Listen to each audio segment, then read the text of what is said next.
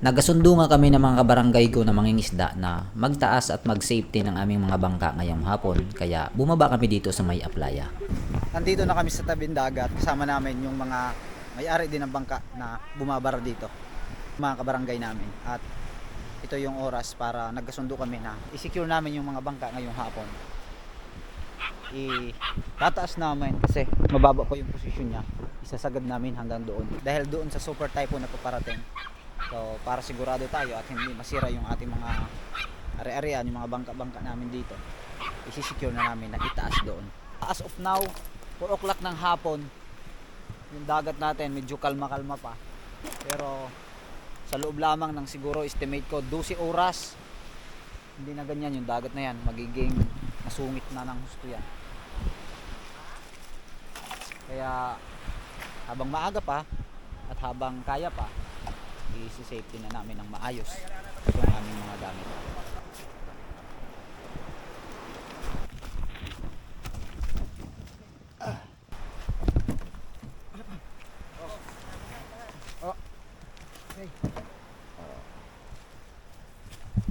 One down.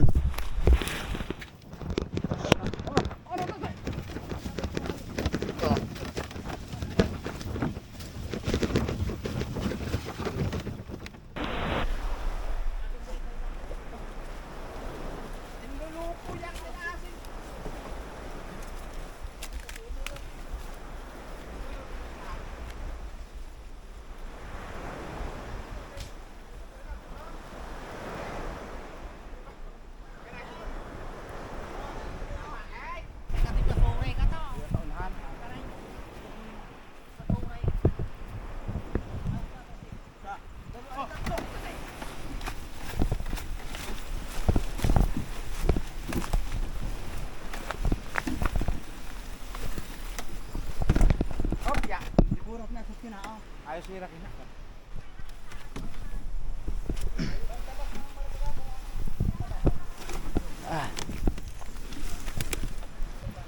Oh. Utang na. Dapat po yung may bahanan. Dapat po yung may bahanan ay kwa mahirap.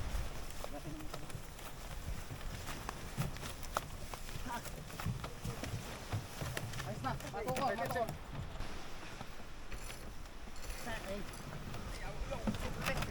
Tara.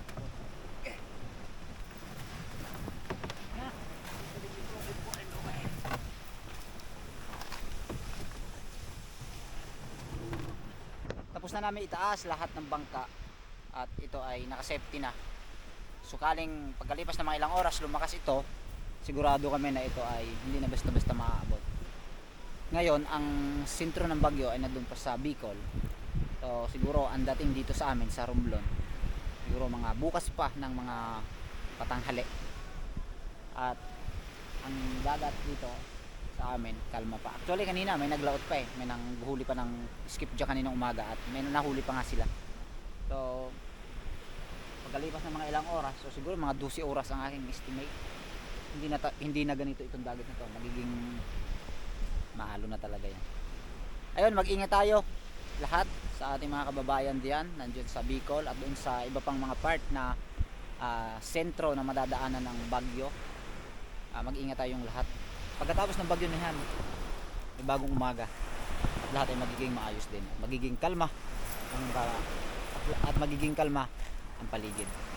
So mag-ingat tayong lahat, tiwala lang. Yung bangkang to, ito yung isa namin na kinakargahan ng aming lambat na panghuli ng mga flying fish o ilaw. Marami kasi siyang meron kasing ni-repair sa kanya kaya nakabaras siya ngayon. Pagkatapos ng bagyo, saka namin ibabalik yung katig at saka yung tarik niya para magamit ulit. Itong ating bangka na disaguan, hanapan na lang natin na masisiksikan dyan. Kaya doon. Yan, dalawa yan.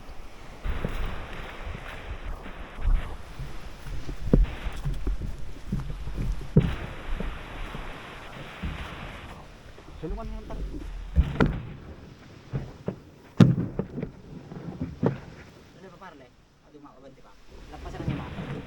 Lampasan sa huli. Tapos ang ginang mo.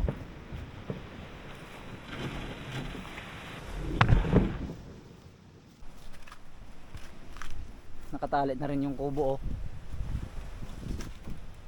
Nakatali na oh. Yun oh, tali oh. Para in case na lumakas talaga ng husto yung hangin, ay hindi basta-basta ililipad yung kanyang bubong.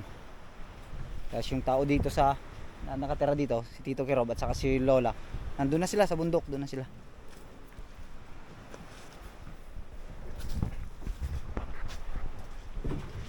Makikita nyo bukas sa mga sunod na araw na pag kung sakali mang dumaan yung bagyo dito o harinawa ay hindi malakas, makikita nyo dito, kukuha na natin ng papakita ko sa inyo kung ano yung itsura nito, ang mangyayari dito sa lugar na to pagkalipas ng typhoon.